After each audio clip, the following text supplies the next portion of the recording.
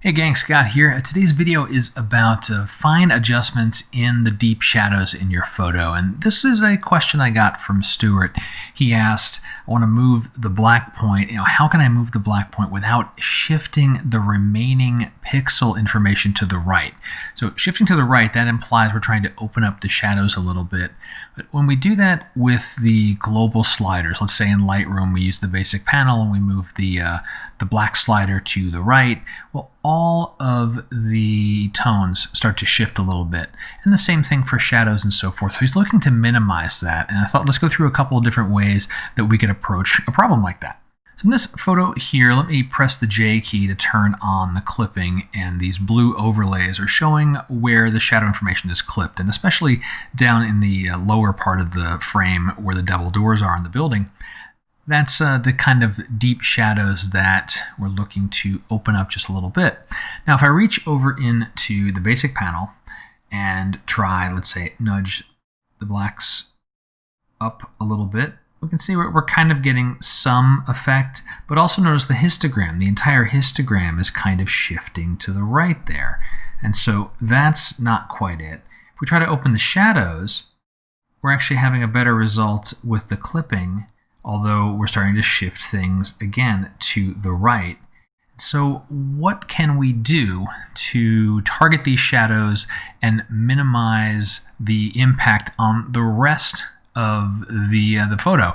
And so there are a couple of thoughts that come to mind. The first one I'm going to show you is with curves, which I don't advise because it's a little difficult, but I want to show it to you anyway in case the tool you're using doesn't have the second option I'm going to show you. So with curves, go into the curves here, and what we really want to do is take this black point and raise it up ever so slightly, right? We want to just take it and kind of nudge it up. I just did like one little nudge.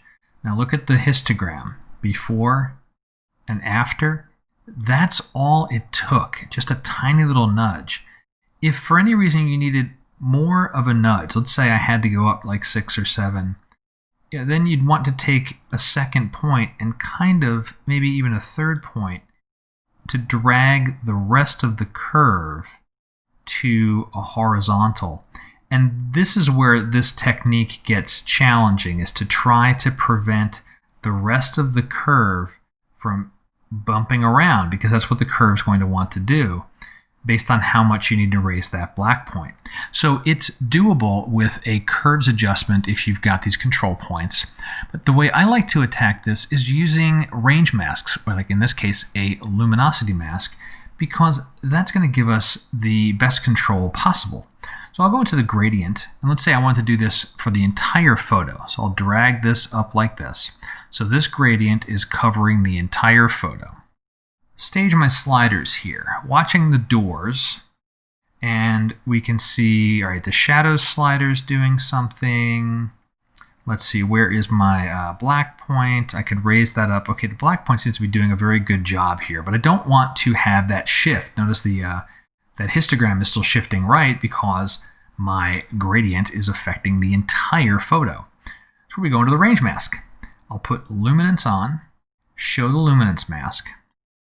And we only want to affect the deepest shadows. So take the range and make it really, really, really small, and lower the smoothness until you're really just impacting the very, very deep parts of the scene. So the areas in red, this is the only segments of the photo that will be affected by any slider changes I make. I turn off that luminance just to prove the point. If I take exposure, you watch the windows. It's the windows that pop up and down. Back to our task at hand, we want to adjust the black point, and just for those very deep shadows. Now looking at the histogram, yeah, I see some shifting, but it's very minimal. And it only takes me a couple of points to get rid of the majority of the clipping here. There's a little bit left over, and I'm not finding it. I can see that it's telling me there's something here, but I just don't see it on the scene. But let's say I had to go even a little bit farther until it disappears. Okay, it disappeared there at 11. But that was a minimal impact. And while these tones are shifting around, before and after, the scene as a whole is not really being impacted too much. And of course, I could get much more targeted with this kind of mask. Hovering over here, if I didn't need the clipping on all of the stuff that's in the top, I can just take this down to the bottom part. Looks like I got some clipping there, or I could use a brush and just really brush in where I needed to have that clipping removed. So the key thing is really to approach it by targeting the specific areas that need to be adjusted and couple that with your blacks slider, with your shadows slider. And I find the easiest way to do that is using a luminosity mask. You can do that in Lightroom. You can do this in On1 Photo Raw. Luminar, not so much. You don't have enough control over the range of the luminance mask. So with something like Luminar, you're looking at doing something with curves and adjusting points manually.